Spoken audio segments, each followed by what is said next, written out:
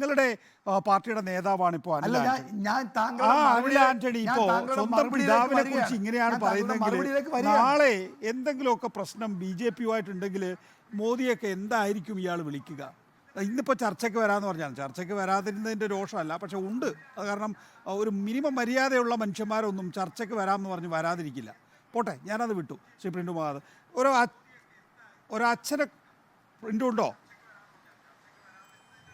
Shri print Mahadev, ഒരു അച്ഛനെ കുറിച്ചാണ് മകൻ ഇങ്ങനെയൊക്കെ പറയുന്നത്. ഇതൊക്കെ നിങ്ങൾ അംഗീകരിച്ചു കൊടുക്കുന്നതാണോ?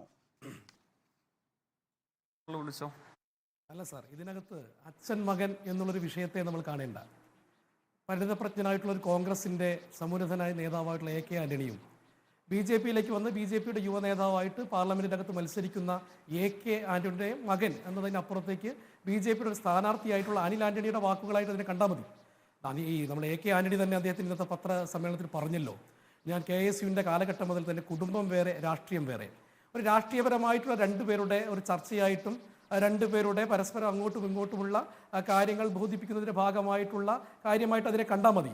അതിനപ്പുറത്തേക്ക് അച്ഛൻ മകൻ എന്നതിനകത്തേക്ക് കൊണ്ടുവരുന്നതിൻ്റെ ഒരു ഔചിത്യക്കുറവ് സത്യത്തിൽ നമ്മൾ പ്രബുദ്ധരായ ആന്റണി പാർട്ടിയിലെ കാലഹരണപ്പെട്ട ആളാണ് എന്നാണ് പറയുന്നത്. മാത്രമല്ല, രാഹുൽ ഗാന്ധിയുടെയും സോണിയാഗാന്ധിയുടെയും കുടുംബത്തിന് വേണ്ടി മാത്രം പ്രവർത്തിക്കുന്നവരും ചന്ദ്രനെ നോക്കി കുരയ്ക്കുന്ന പട്ടികളെ പോലെ കുറച്ചുകൊണ്ടിരിക്കുന്നതാണ്. എന്ന് വെച്ചാൽ എന്താ, ഞാൻ പച്ചയായി പറയാം ശ്രീ പിന്തു.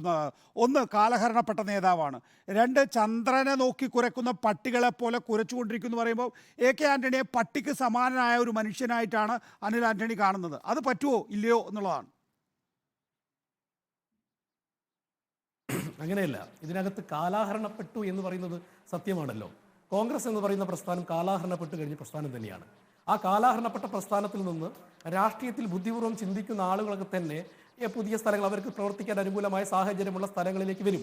അതുകൊണ്ട് തന്നെ കാലാഹരണപ്പെട്ട പ്രസ്ഥാനത്തിൽ പ്രവർത്തിക്കുന്ന കാലാഹരണപ്പെട്ട നേതാവ് എന്നാണ് AK ആന്റണിയെ കുറിച്ച് അദ്ദേഹം പറഞ്ഞിട്ടുള്ളത്. രണ്ടാമത്, അദ്ദേഹം ഒരു ആഖ്യാനത്തിൻ്റെ ഒരു ശൈലിക്കനുസരിച്ച് ഒരു വാചകം പറഞ്ഞതാവായിരിക്കാം, അല്ലാതെ ഒരു അച്ഛൻ എന്ന രീതിയിലോ ഒരു രാഷ്ട്രീയ നേതാവിനെ ഇകഴ്ത്തി കാണുന്ന രീതിയിലേക്കുള്ള അദ്ദേഹത്തിൻ്റെ ഒരു സംസാരമായിട്ട് നമ്മൾ അതിനെ കാണേണ്ടതില്ല. ഇതിന് ഞങ്ങൾ കൃത്യമായി കാണുന്നത് കോൺഗ്രസ്സുകാരനായിട്ടുള്ള AK ആന്റണിയും BJP-കാരനായിട്ടുള്ള അനിൽ ആന്റണിയുടെ തർക്കമായിട്ട് മാത്രമേ ഞങ്ങൾക്കതിനെ കാണാൻ സാധിക്കുള്ളൂ. അതിനകത്ത് ഒരു സാംസ്കാരിക പ്രബുദ്ധതയുടെ പ്രശ്നമോ അല്ലെങ്കിൽ സാംസ്കാരികമായിട്ടുള്ള ഔന്നിത്യത്തിന്റെ പ്രശ്നമോ ഒന്നും നമുക്ക് അങ്ങനെ ചർച്ച ചെയ്യേണ്ട കാര്യമില്ല എന്നുള്ളതാണ്. അങ്ങനെ ചർച്ച ചെയ്യേണ്ട കാര്യമില്ല എന്ന് പറഞ്ഞാൽ അനിൽ ആന്റണി ഉണ്ടായിരുന്നെങ്കിൽ ചോദിക്കേണ്ട ചോദ്യങ്ങളാണ് താങ്കളോട് ഞാൻ ചോദിക്കുന്നത്. അച്ഛനെ പട്ടിയുമായി ഉപമിച്ച് സംസാരിക്കുക, കാലഹരണപ്പെട്ട നേതാവ് എന്ന് പറയുക, ആന്റണിയോട് സഹതാപം എന്ന് നേരിട്ടുള്ള വാക്കുകളിലൂടെ പറയുക, ഇതൊക്കെ ശരിയാണോ പ്രിൻറ്റു മഹാദേവ്? രാഷ്ട്രീയമായ അഭിപ്രായ വ്യത്യാസങ്ങളൊക്കെ ഉണ്ടാകും. വലിയ പരമ്പരാഗത ശത്രുക്കൾ പോലും ഉപയോഗിക്കാത്ത വാക്കുകളാണ് പിതാവിനെതിരെ ഉന്നയിക്കുന്നത് ഇയാൾ. അല്ല സാർ, ഇതിനകത്ത് നമുക്കറിയാലോ, AK ആന്റണിയുടെ AK ആന്റണി നമുക്ക് എല്ലാവർക്കും അറിയുന്ന ആളാണ്. നമ്മുടെ കുട്ടിക്കാലം മുതൽ അല്ലെങ്കിൽ കേരളത്തിന് 35-ാമത്തെ വയസ്സിൽ മുഖ്യമന്ത്രിയായ തൊട്ട് അദ്ദേഹം ആദർശപരമായിട്ടുള്ള നിലപാടുകൾ അദ്ദേഹത്തിന് ഉണ്ടായിരുന്നു എന്നുള്ള കാര്യം കൃത്യമാണ്. അതുകൊണ്ടാണ് നമുക്കറിയാം, കേരളത്തിൽ ഇവിടെ ഈ പൊതുവെ ഈ സംഘടിത ന്യൂനപക്ഷവുമായി ബന്ധപ്പെട്ട് അദ്ദേഹം 2003 നടത്തിയിട്ടുള്ള പ്രസ്താവന ഒരുപക്ഷെ കേരളത്തിൽ തന്നെ അദ്ദേഹം മുഖ്യമന്ത്രിയാകുന്ന സാഹചര്യത്തിൽ അദ്ദേഹം ചെയ്യുന്നത്. അന്നത്തെ സാഹചര്യത്തിൽ അതൊരു ഉറച്ചു പറഞ്ഞ ഒരാളാണ് ആന്റണി. അന്ന് ഈ പറയുന്ന ആന്റണിയെ നമുക്കറിയാം ഏത് രീതിയിലാണ് കേരളത്തിൽ ആളുകൾ കൈകാര്യം ചെയ്തുള്ള കാര്യം നമുക്കറിയാമല്ലോ. പക്ഷേ ആന്റണി പിന്നീട് നമ്മൾ കണ്ടത്, പ്രതിരോധ മന്ത്രിയായ ആന്റണിയെ കണ്ടത് ആദർശം പണയം വെച്ചുകൊണ്ട് അദ്ദേഹം എല്ലാം നഷ്ടപ്പെട്ട് ഒരു മൗനി ഭാവയെ പോലെ ഇരിക്കുന്ന ഒരു ആന്റണിയാണ് പിന്നീട് നമ്മൾ കണ്ടിട്ടുള്ളത്. അതേ ആന്റണി തന്നെ ഇന്ദിരാഗാന്ധിക്കെതിരെ പ്രതികരിച്ചിട്ടുണ്ട്, കേരളത്തിൽ K കരുണാകരനെതിരെ പ്രതികരിച്ചിട്ടുണ്ട്. പല നിലപാടുകളിലും കൃത്യമായിട്ടുള്ള നിലപാടുള്ള ഒരു ആന്റണി ഉണ്ടായിരുന്നു. ആ ആന്റണിയാണ് അദ്ദേഹം, ആ ആന്റണിയുടെ ഒരു പ്രതീകാത്മകമായിട്ട് അദ്ദേഹം പറഞ്ഞതാകാം. അദ്ദേഹത്തിന് ഒരു പക്ഷേ മലയാളം ഒന്നും കൃത്യമായിട്ട് വശമില്ലാത്ത ഒരാൾ, അദ്ദേഹം വിദേശ രാജ്യങ്ങളൊക്കെ പഠിച്ച ഒരാളാണ്. അപ്പോൾ ആരെങ്കിലും ഒക്കെ പറഞ്ഞു കൊടുത്ത ഒരു വാചകത്തെ അദ്ദേഹം എടുത്തു പറഞ്ഞതാകാം. അല്ല, അതിനെ അങ്ങനെ കണ്ടാൽ മതി നമ്മൾ.